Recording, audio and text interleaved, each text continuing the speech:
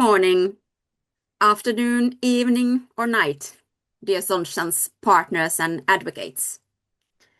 On this significant day, Human Rights Day, we gather for the Zonta Says No Summit, which is an integral moment in our 16 days of activism and highlighting our very own Zonta Says No campaign. I know that some of you have already participated to the 2 other sessions of today, so something what I'm going to say next may sound familiar, but I'm still going to say it because I think it is important before we move on to the 3rd session of today. So the Human Rights Day, it reminds us of our shared responsibility to uphold dignity, equality, and freedom for all. And today, we gather not only to reaffirm our commitment to ending gender-based violence, but to take decisive steps towards the goal.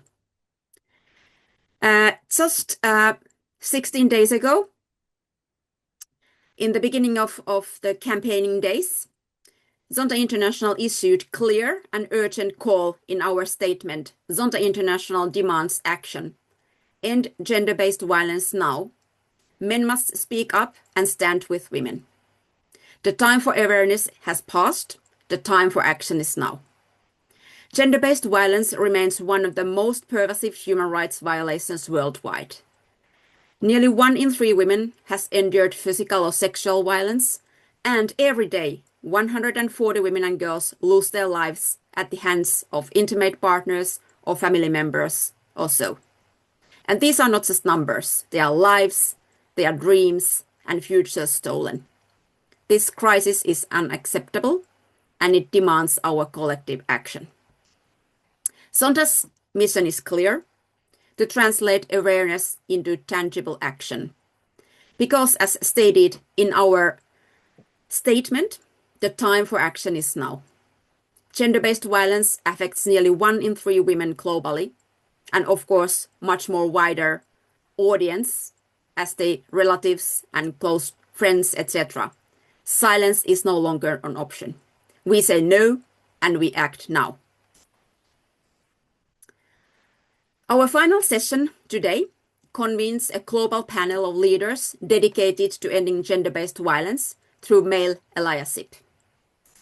This discussion will highlight best practices, strategies, and partnerships that engage men and boys in prevention of gender-based violence. And together, we will identify actionable pathways to accelerate progress in communities worldwide. As we move through this session, let us remember, awareness alone will not end violence. Action will. And that's why we call every individual, every organization, every government to join us now. Speak out, act, advocate. I want to thank the Zonta Says No Working Group and the headquarters for making this summit happen. And of course, already in advance, thanking for all the panelists we have today. And as noted, we already have had 2 sessions earlier today, which have been superb. So having high hopes also for this session here today. And thank you for everybody for joining us on this very meaningful day. And I give the floor now to the masters of the ceremonies. Thank you. Thank you, Sala. A warm welcome to our final session of the 2025 Zonta Says No to Violence Against Women Summit. I am Kristina Rylander Bergqvist, Chair of the Zonta Says No Working Group. Together with my colleagues, Tanya, Shanaz, and Lisa, I'm happy to note that even this session have participants from all over the world, both Zontians, partners, and guests. One of our important tasks as a group, as a working group, is to inspire and engage our clubs to fight to end violence against women and girls. The pledge is one example of a useful tool that we have developed so that everyone can speak up and renew their commitment to ending gender-based violence. So if you haven't done it already, take the chance today, look at the chat, and there you find the link to the pledge. You are welcome to do that. Another example is our annual summit, and this year we have chosen to focus on allyship and how we can inspire and increase collaboration with men at all levels in our organization. Men need to be role models and use their influence in the best possible way. As Salah said, today is Human Rights Day and the end of the 16 days of activism against gender-based violence. But we all know that violence against women and girls continues every day, all year round. Before we get started, please note that this session is being recorded. And you are very welcome to use the Q&A button at the bottom of the screen for any questions for our panelists, which will be addressed in the end at this discussion. But please feel free to also use the chat box to share your reflections throughout the discussion. We are now very, very excited to conclude our summit today with a very impressive group of panelists. And I would like to invite one of our Zonta Says No working group members, Lisa Burton, to introduce our panelists and also to moderate the panel discussion. Welcome, Lisa. Thank you so much, Christina. Welcome all to our final session of the Zonta Says No to Violence Against Women 2025 Summit. One of the core pillars of Zonta International's mission is our commitment to ending gender-based violence. This is a cause we advance globally, nationally, and locally through the dedicated advocacy of our clubs around the world. As we considered the theme for the year's summit, our priority became clear. Meaningful progress towards ending gender-based violence requires a deeper understanding of male allyship. Half of the world's population is men, and we cannot hope to end gender-based violence without the active support and partnership of our entire global community. For this reason, this year's themes focus on the role of male allies in preventing and addressing gender-based violence. Through the summit, we have aimed to highlight how men can help use their influence to change harmful norms, promote cultural change, and help build safer, more equitable communities. We have also explored how women and organizations can effectively engage men as partners in the effort to end violence against women and girls. I would now like to begin this extremely exciting session with our impressive group of panelists.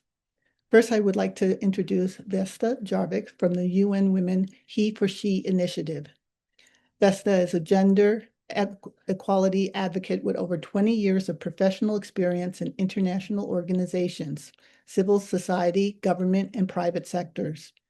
Since 2023, Vesna has been leading the global HeforShe initiative, aimed to promote equitable masculinity and building alliances for change across public, private, and third sectors. HeforShe is a platform for men and people of all gender to stand in solidarity with women to create a bold, visible, and united force for gender equality. The men of HeforShe are working with women and with each other to build businesses, raise families, and give back to their community. In 2024 alone, this movement has reached nearly 40 million individuals with 1.24 million direct beneficiaries, primarily women and girls. Welcome, Vesna. We are thrilled to have you with us today. Please describe your HeforShe work in your own words. Thank you so much, Lisa, for your kind introduction, and thank you, Christina and Sala for setting the stage for today's conversations, and to Zonta International for inviting UN Women and HeforShe Initiative to join in this important conversation. Let me start by saying a couple of words about UN Women for the people who are online. UN Women is the specialized UN agency that is focused on gender equality and women's empowerment with the universal mandate, which means that the work that we do is relevant in every corner of the world, in the recognition of the fact that gender inequalities are still unfortunately stubbornly persistent in every corner of the world. In 2014, we launched the HeforShe initiative with the support of our Goodwill Ambassador Emma Watson, with the clear intention to build meaningful partnerships with male allies and world leaders across the world and mobilize their reputation, influence towards gender equality objectives. With their position and leadership in the world of public, private, or third sector, they're leading by example and inspiring also other men and boys to join the solidarity movement for change alongside with people of all genders. So far, we've had more than 100 leaders across different sectors joining the HeforShe Alliance, more than 2 million activists across the globe putting their voices against the objectives of gender equality, and more than 3 billion conversations have marked these past 11 years of joint action. We have a lot ahead of us, and I trust that these conversations and male allyship are especially relevant in this moment in time where we are witnessing gender backlash playing out in different forms and shapes. So thank you so much, Zonta, for organizing this conversation focused on male allyship. So relevant.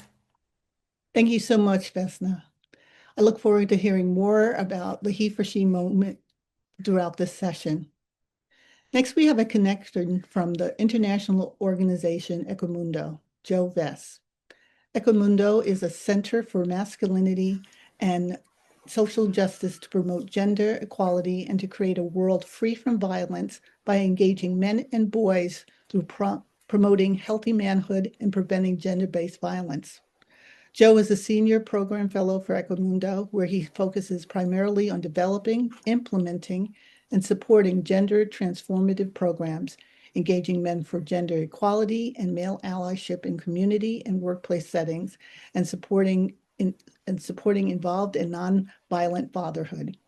In recent years, he has developed tools for male allyship in workplaces for USAID's engendering industry projects, the UN Global Compact, and the International Seafarers Welfare and Assistance Network. Hello, Joe.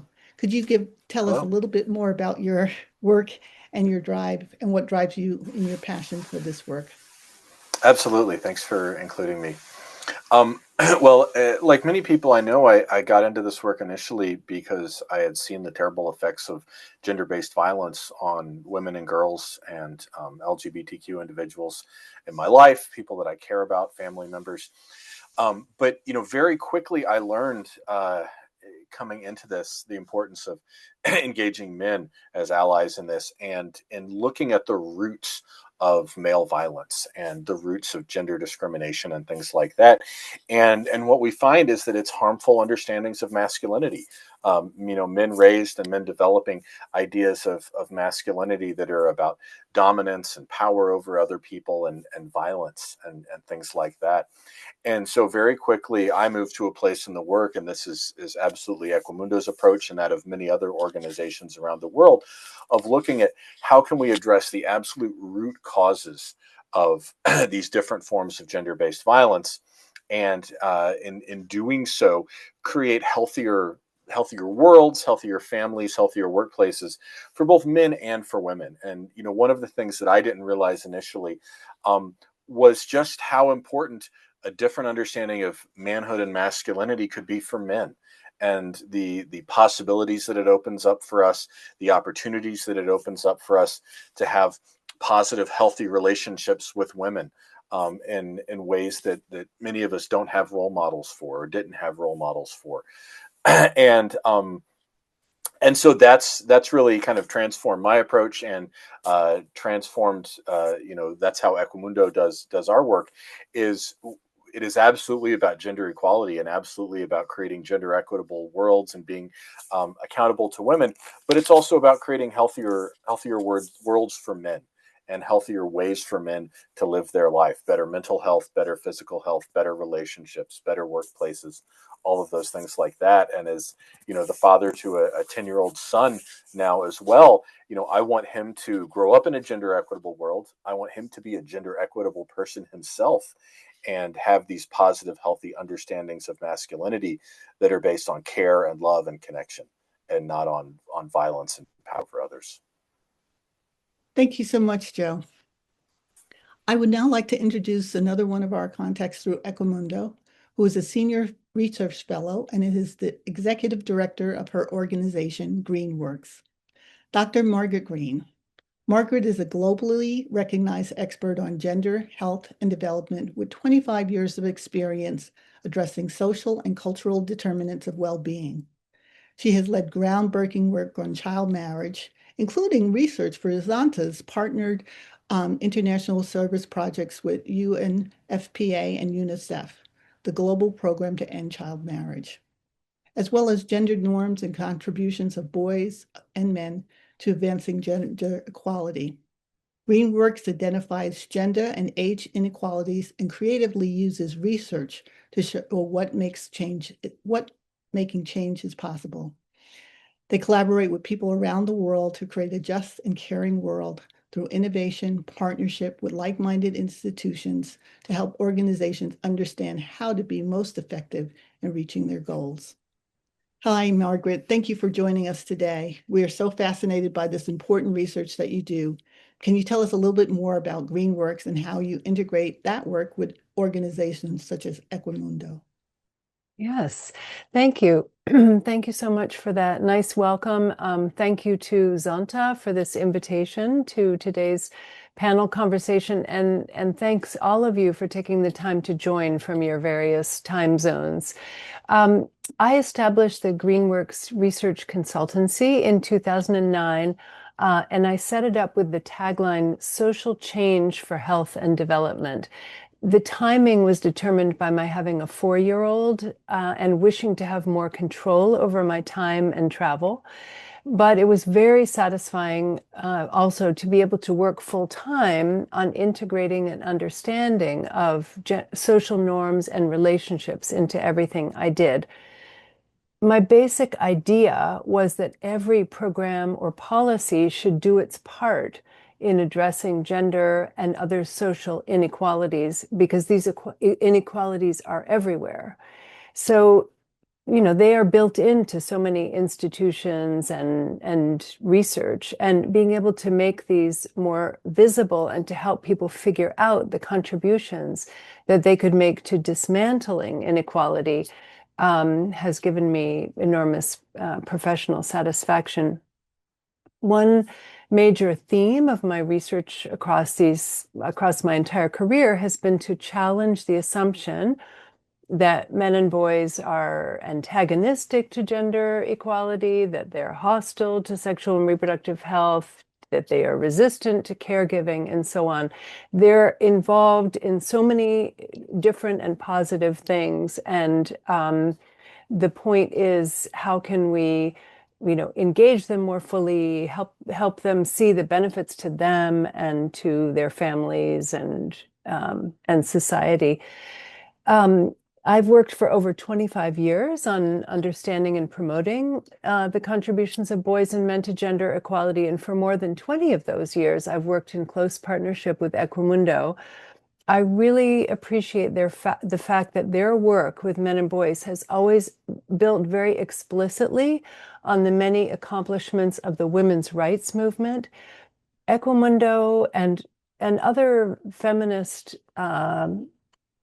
organizations working with men and boys for gender equality give credit and they hold themselves accountable to feminist principles as they work to expand the movement for gender equality to encompass men and boys more fully and to support men and boys in seeing this as their cause and in their interest. Thank you.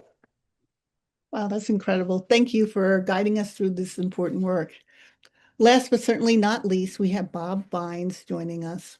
Bob is a violence prevention coordinator at the University of Wyoming in Laramie, Wyoming.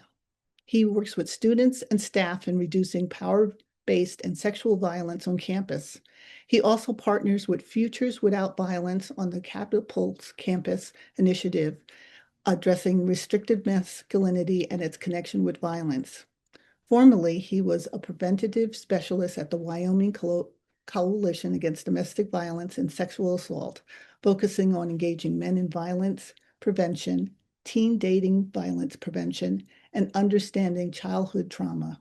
Bob was a 2018 recipient of the NSVRC Visionary Voice Award for his work with Wyoming high school student athlete coaches in violence prevention.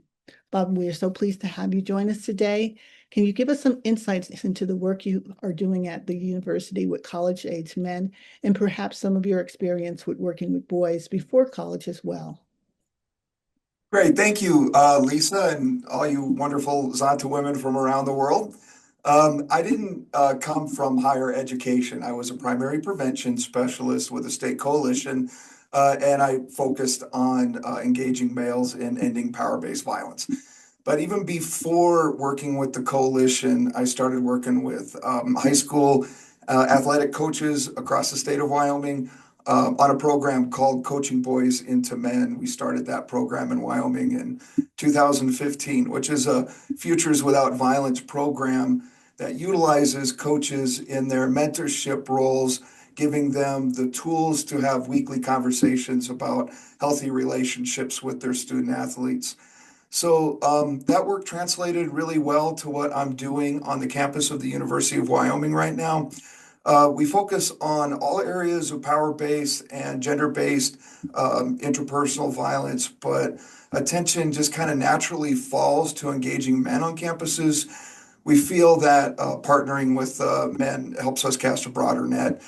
Besides, as the Equimundo research shows, this is a group that seems to be struggling the most right now. I work a lot with fraternities, athletics, a lot of male-dominant spaces like the business school. I've served on advisory councils with Futures Without Violence for several years now, and right now I serve on their campus initiative. I've always connected with Futures' male engagement philosophy, which leans towards inviting young men into these spaces and not automatically indicting them as abusers. We want to leverage their social capital in being the catalyst for the culture change that we need to see these types of violences decrease and end. Thank you. Thank you so much, Bob. Now that we've met our panelists, we would like to begin our discussion by exploring the research and ongoing work addressing societal norms and masculinity. We will look at how this work has evolved, what progress has been made, and the critical steps still needed to create healthier, more equitable understandings of masculinity in our communities. We're going to begin first with you, Margaret. Your work highlights the constructive roles men and boys can play in advancing gender equality. Based on the evidence, what approach has proven most effective in encouraging men to move from passive supportive to active partners in preventing violence and promoting gender justice? Well, of course, as you know, you'll hear from the other participants on the panel, there isn't a single recipe for this work, but there are some key activities and approaches that have shown success time after time, some key, ingredients. One of the first approaches that seems really essential and has been successful in many different contexts is to offer transformative, skills-based group education with opportunities for reflection. So programs that engage in structured, facilitated group sessions like Program H, Equimundo's Program H, Men Engage, different Men Engage members have related approaches, and other gender transformative curricula help men critically reflect on masculinity, power, and relationships. And importantly, they come to understand the costs to their, and I feel like I'm mimicking what Joe said, the cost to their physical and mental health and their relationships with others. When they understand that there are costs to them, that they are not going to lose by participating in greater equality and more gender equitable relationships and ways of being, they understand that these costs are coming to them as a consequence of gender inequality and male domination. So why these group education sessions with opportunities for reflection work is that they build empathy, they challenge harmful norms, they teach communication and often nonviolent conflict resolution skills. And the peer reference group is really important. It both creates peer accountability that supports behavior change, and it also helps men see that the experiences and feelings that they have inside are shared by others. It makes it a safe environment to share and exchange. So that's one thing, this kind of reflection, opportunities for reflection with a group and a peer group.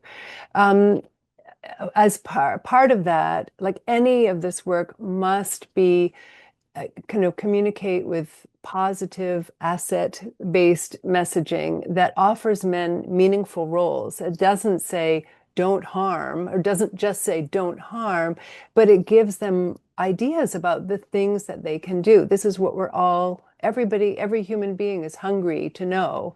What are the best things to do? And so that messages that emphasize shared benefits are very powerful. And then I have a number of other points, but maybe just one last one approach that has been very powerful is involving men in parenting and caregiving initiatives, fatherhood programs that encourage men to participate actively in childcare and equitable household work. And examples are Sonke, Gender Justice's One Man Can, the Men Care campaign. These show effects in reducing violence and increasing gender equitable attitudes, in part through developing greater kind of understanding and solidarity in the household, strengthening empathy, reducing rigid masculinity, norms of masculinity, and building habits of equality in the home. And Equimundo's and its partners' research has shown that when men model equitable, respectful relationships at home, this has important intergenerational effects, that their sons and daughters see this and grow up with different attitudes and different behaviors than they might otherwise, because they're seeing this modeled so importantly by their parents. Excellent. Thank you so much, Margaret. Vesna, intersectionality plays a major role in the risk and the impact of violence. How can allyship movements better address the layered experience of women who face multiple forms of discrimination? I trust that every change starts with a curiosity and awareness building through self-education, and that's a very good starting point for the male allyship practicing, building the understanding how multi-layered and intersecting identities shape our experiences, and start from that point, not have it as an add-on.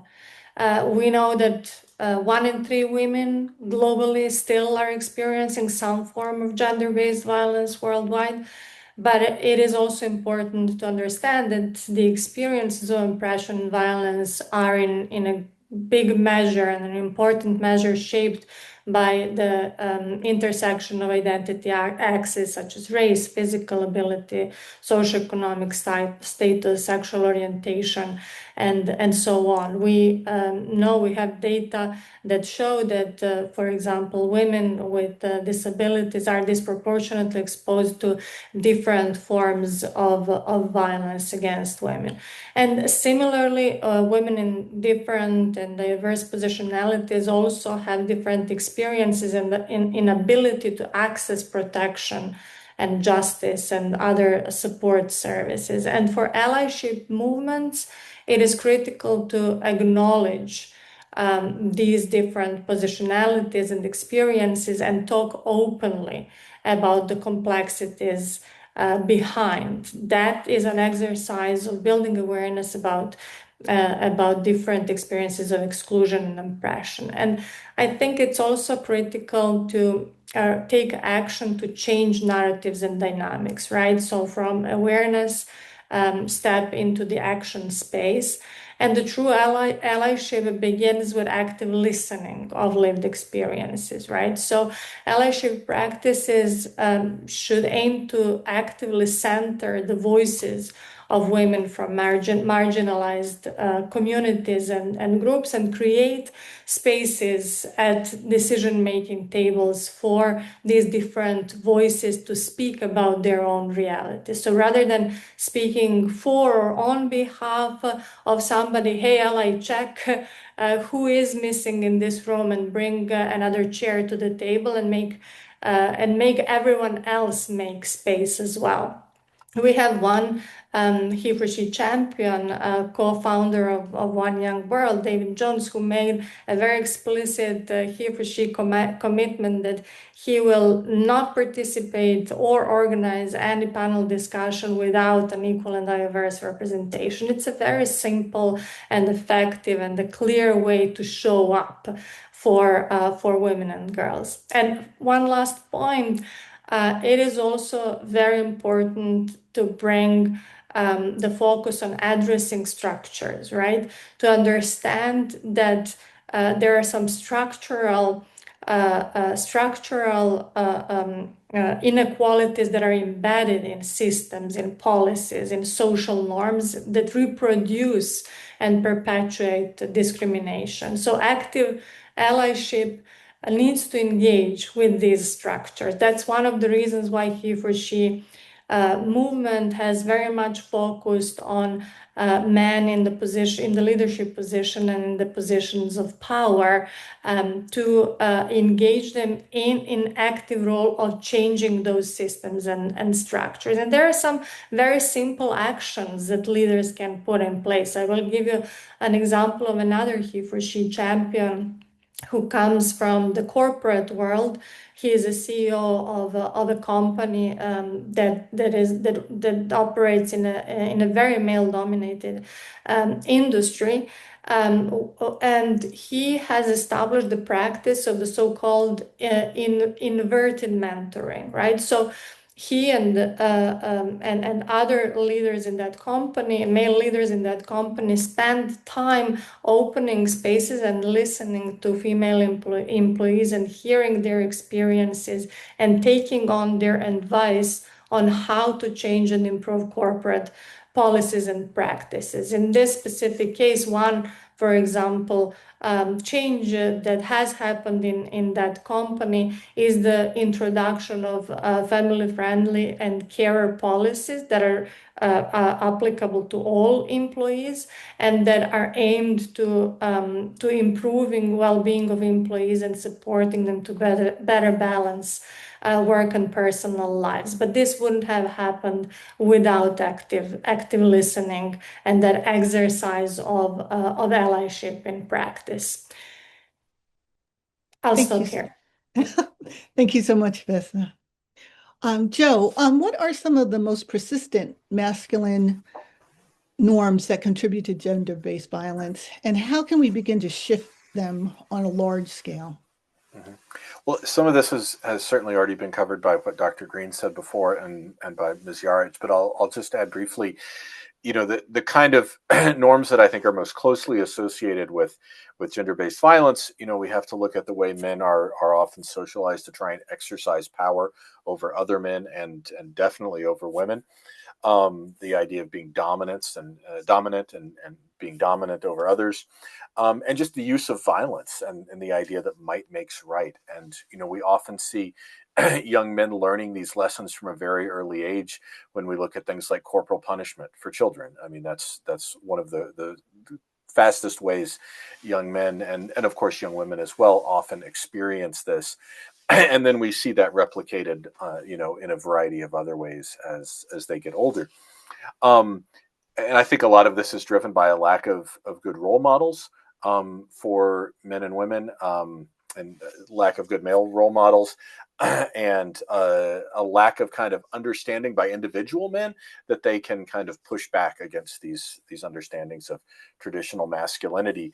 And then there's also, I think, a lack of understanding of the harm that traditional masculinity and these models cause men, and a lack of skills for how to change that. So some men we find, and boys, they want to be different, they want to push back, but they're just not sure how, and they don't feel supported in doing so, and so they struggle to do it, right? Or they do it kind of inwardly but not outwardly. And so in terms of the change that we see, again, Dr. Greene covered this before, the first thing I would say would be large-scale behavioral change, education, and norms change.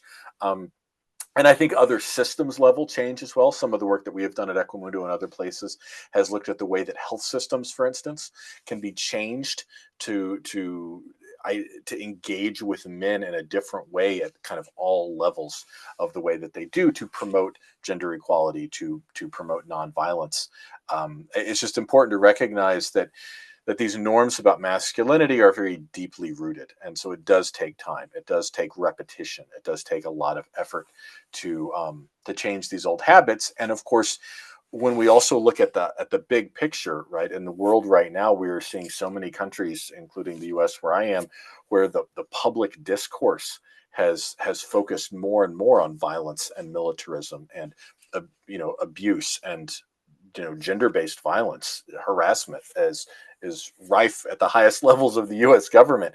So we see this in politics, we see this in militarization around the world, the rise of far-right parties that denigrate women and that do not support gender equality.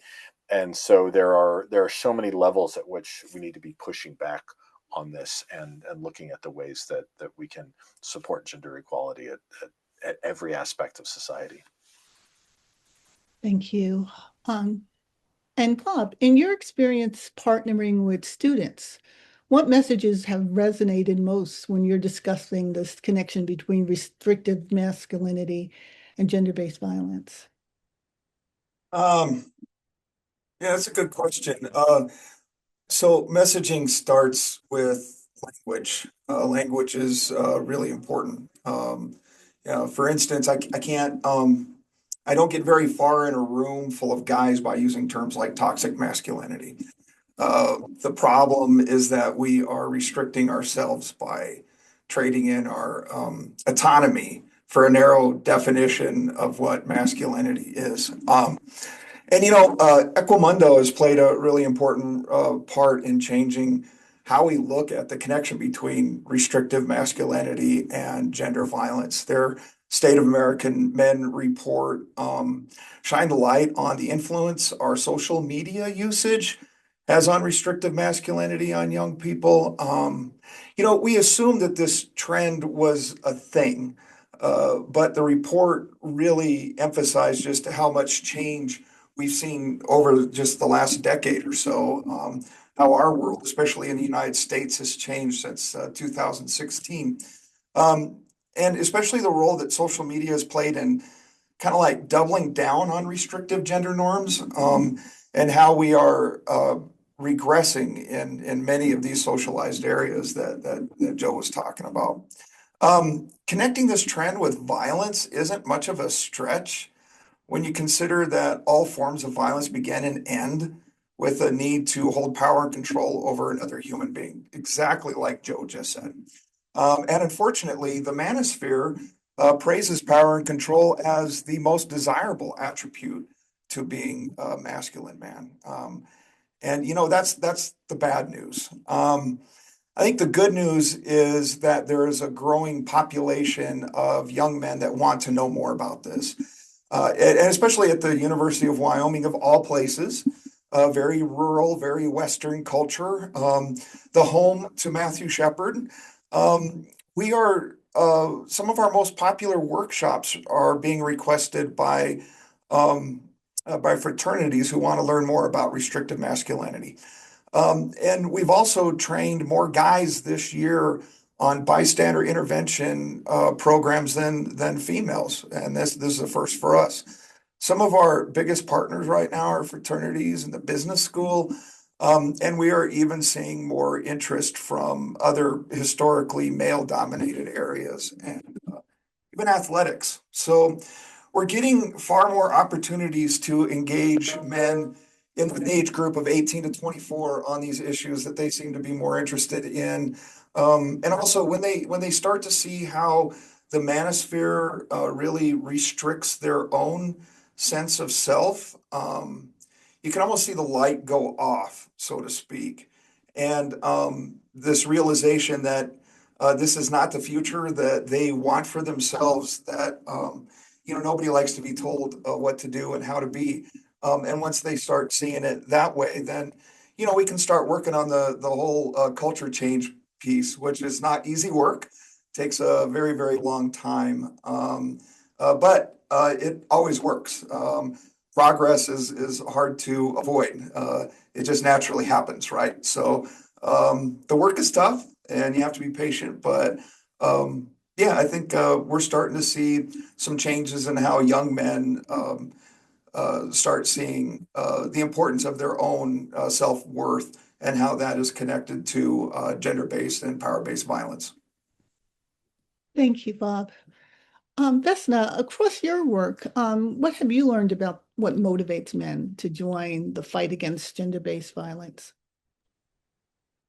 One of the strongest lessons we've learned through the work of HeforShe is that it resonates also with what Margaret, Joe, Bob have been saying, is that men are more likely to engage when they are an active part of the solution rather than being stuck in a static image of a man perpetrator.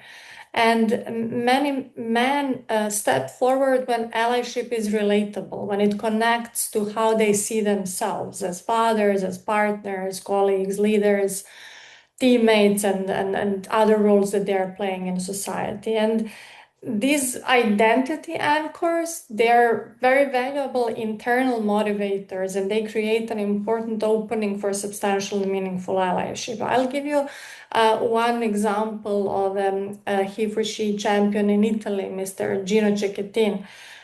He has gone through a horrible personal tragedy. His daughter, Giulia Cecchettin, was murdered by the hand of her ex-boyfriend.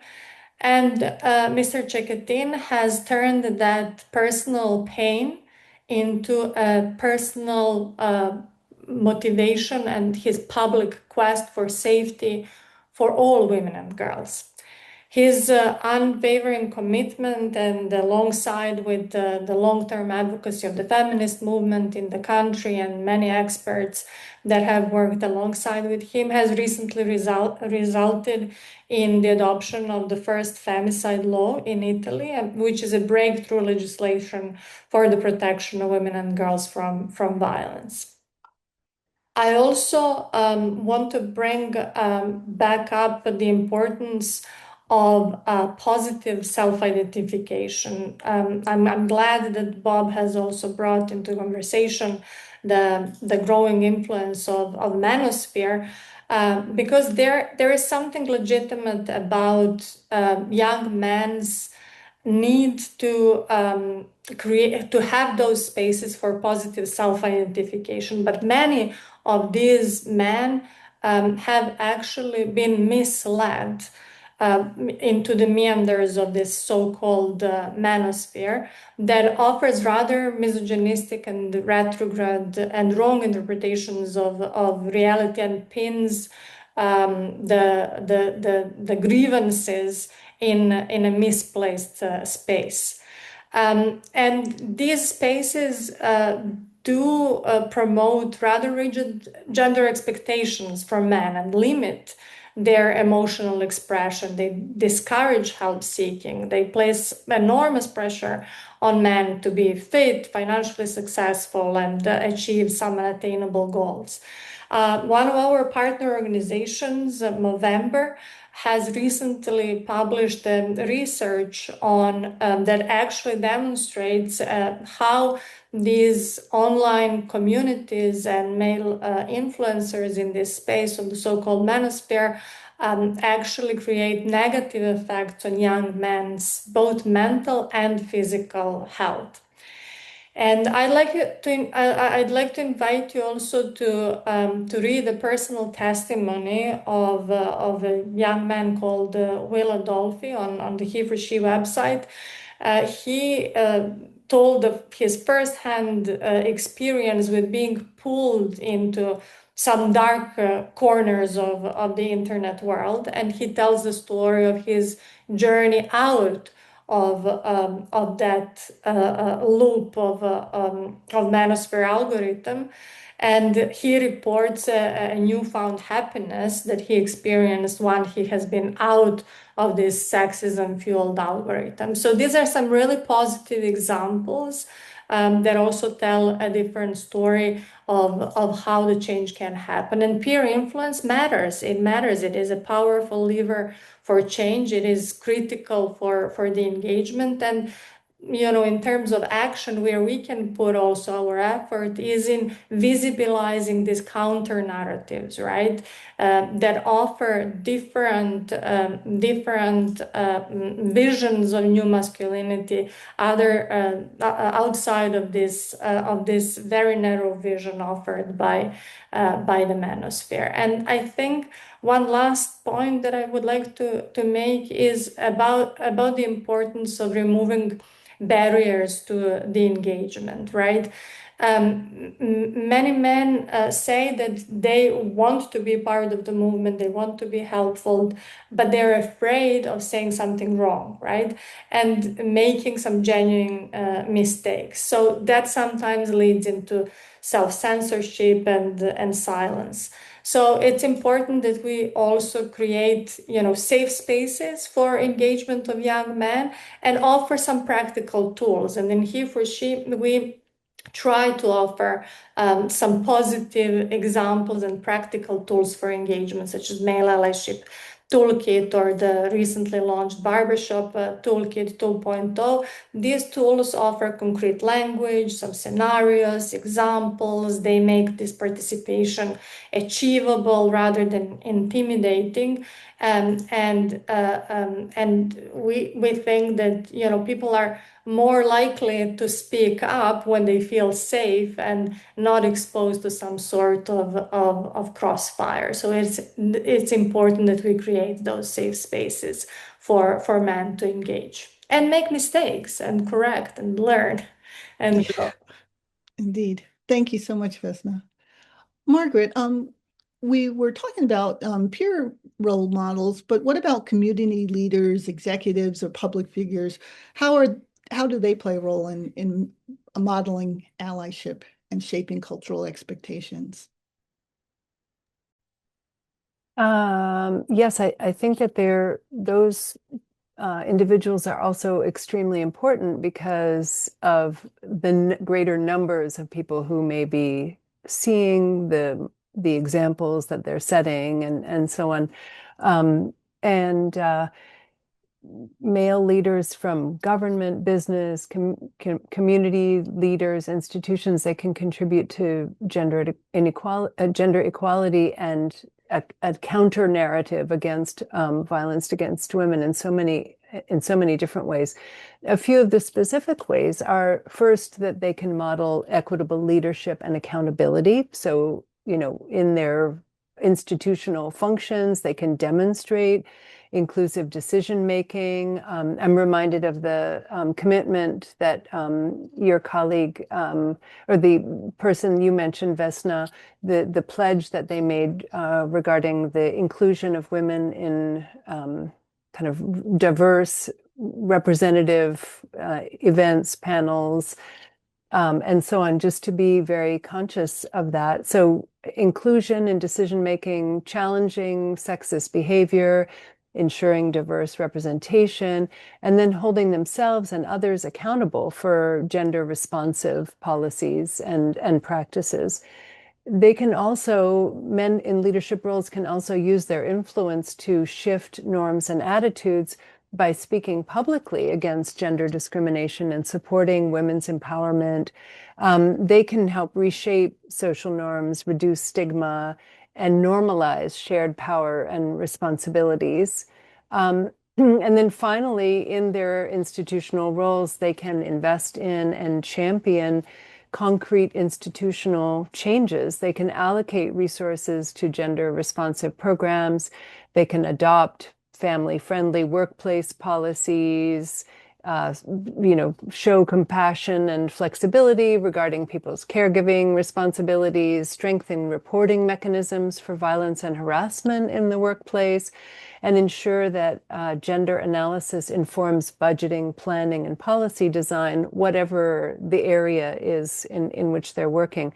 So, the question was framed in terms of community leaders, executives, or public figures, but of course, one of the most important ways that men can model allyship and shape cultural expectations around gender-based violence is as partners, fathers, brothers, sons, community members. I'm looking forward to, continuing to learn from, I think Bob and Joe have sort of the most hands-on roles in this kind of work. Thank you. Thank you, Margaret. So we have just a little bit more than 10 minutes left, but there's a question in the chat for you, Joe. It says, may you please speak more about your work on ameliorating the integration of men into the healthcare system. Did this refer to the contact with health providers, the types of interventions, conversations, or something else? Yeah, no, that's a great question, and the answer is sort of all of the above. As we've tried to emphasize, engaging men and being effective with men, moving toward gender equality has to happen on so many levels. And so if you do one, it may work, but your chances of success are greatly increased when you do multiple levels of engagement. So one particular example that has worked for us as part of our Dr. Greene mentioned before, the Men Care Initiative, which is our work with fathers and male caregivers. And there have been a couple of interventions, and the one that I would especially highlight is called Banda Barejo in Rwanda. And that has been a multi-level engagement, starting at the very top with the National Ministry of Health, senior political figures, getting them bought into. There was a lot of buy-in already in Rwanda for gender equality, but kind of really pushing the envelope around focusing on engaging men in this. So you had senior level policy buy-in, acknowledging that this is a priority, this is something that they want to have happen. Then there are multiple types of engagement and education for the service providers, right? Doctors, nurses, community healthcare workers, a variety of people, about the importance of engaging men. In this case, it was through the lens of fatherhood and developing positive, nonviolent, father-involved fatherhood practices, but also looking at prevention of gender-based violence in the household, and sexual and reproductive health, positive sexual and reproductive health outcomes, use of contraception, things like that. So we educated the staff, the doctors, the nurses, the healthcare workers who were working on this about it. And then we did educational groups, the kinds of long-term multi-session education groups for the fathers themselves. So men coming in for a prenatal visit, women coming in for a prenatal visit, bring your husband, bring your partner, whoever it is, and then having programming for the programming that they did in Rwanda had both the men and the women participating throughout. The men were in all of the sessions. Women were in, I think, about half or maybe 2/3 of the sessions. But again, developing these skills, having dialogue between the partners about what kind of a life they want to lead. And, so much of this, the work with fathers, the work in healthcare settings, all of our work is really aspirational. It's about talking with men about, what does a positive life look like for you? What does a happy life look for you? What does a peaceful household look like for you? And how can you achieve those things that you want in your life that are important to you? I mean, one thing I always say is, every aspect of my life is better because I believe in gender equality, and I try to have gender equitable relationships with everyone. And so this was just another way to do that. And, in particular, we see so many fathers who felt distanced from their children, sometimes also from their partner. They only saw their role as being a economic provider, which of course in places where work is scarce or low paying, or they are, undereducated and have trouble getting high paying jobs, they feel worthless. They feel like they're not doing anything. And so what we really wanted to do in these kinds of programs is help men recognize that their worth to their children and their family is so much more than money that they could bring to them. Obviously, people need money to survive, but there's so much more they can do. Being unemployed doesn't mean they should abandon their family because they're worthless. It means, hey, how can you maybe pull some more weight around the household while your wife pursues, well-paid work somewhere else, and becoming more comfortable with that. Okay, thank you so much. Shockingly, we have 5 minutes left. So as President Sala had mentioned at the start of this program and at each of our sessions, this summit is supposed to be a call to action. So if you could briefly say, we have a global audience, what advice would you give Zontians and our allies in terms of building allyship with males in our communities, in our government, in our business spaces, in our civic spaces? And I'm going to start with you, Bob, because you got the short end of the stick today with questions. Oh, that's fine by me. So I'll go over this real quick. I love call to action, so look out.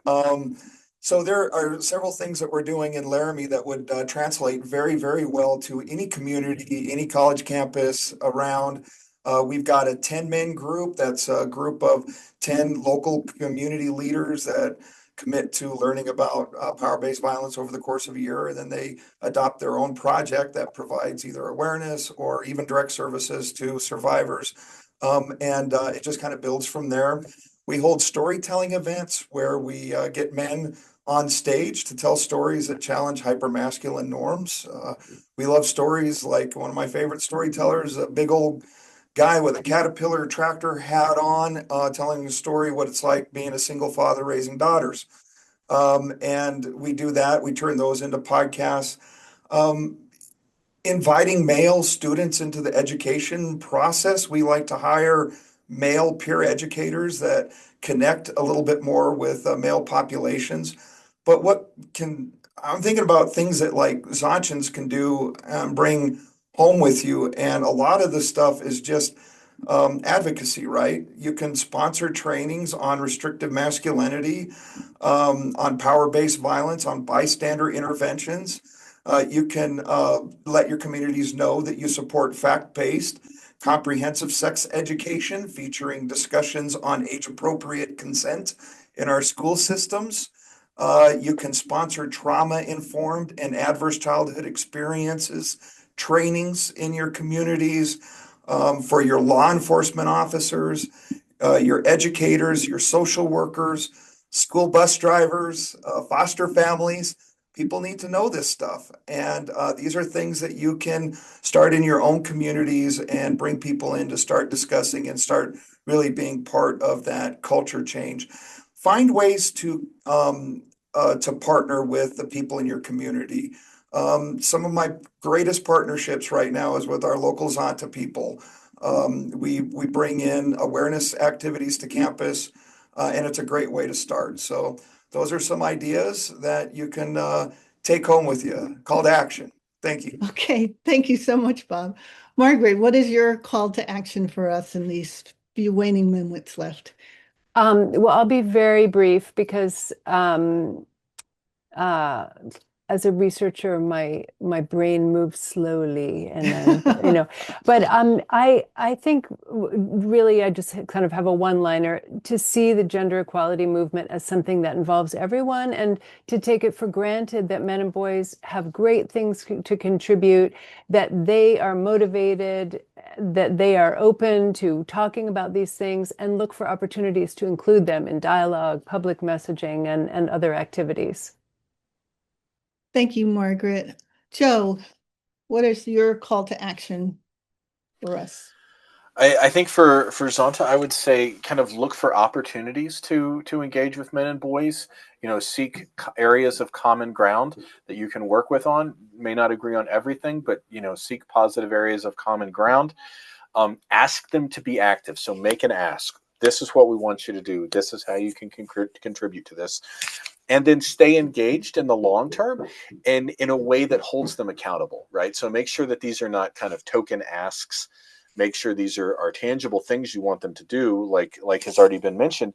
And then if they screw up or do it wrong, tell them and keep pushing, but stay engaged with it, right? So don't just kind of cut them off, because I certainly can speak for myself.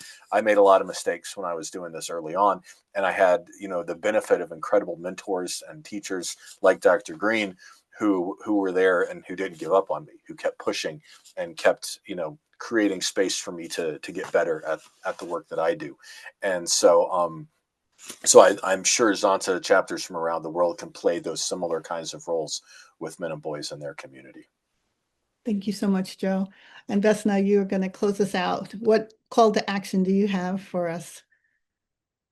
So very briefly, marry commitments with accountability. One cannot go without the other. Stay curious, listen, educate yourself and others, connect with others, and occupy digital spaces. Claim those spaces, create visibility for positive models of masculinities, for equitable masculinities. We need to occupy and claim those spaces. And lastly, use the Barbershop Toolkit 2.0. Wendy, that's the name of the toolkit, Barbershop Toolkit 2.0.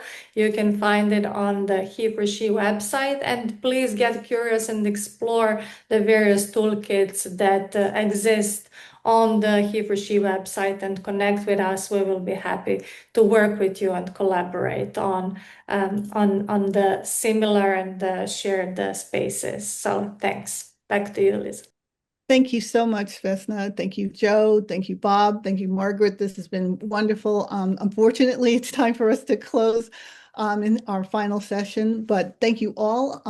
As a reminder, all of the recordings will be sent out once the summit has ended, and I will pass it on to Christina for our final word. Thank you all again. Thank you, Lisa. First of all, my warmest thanks to our panelists, to Vesna, you, Margaret, and Bob. And of course, also to our moderator, Lisa, I will say thank you. And to Shannon, our technical support. What would we do without you, Shannon? Well, one thing is for sure. It is only together, men and women, boys and girls, that we can stop violence against women and girls. We know, and you said many times today, that it will take time. We will not see the change tomorrow, but we mustn't give up. And we have to act, as Salah said in the beginning. Now it's time for action. Thank you so much to all of you that also have chosen to participate in this year's summit. And please sign the pledge that you find in the chat box before you go to bed or before you go to work today. Thank you so much, everybody, and take care.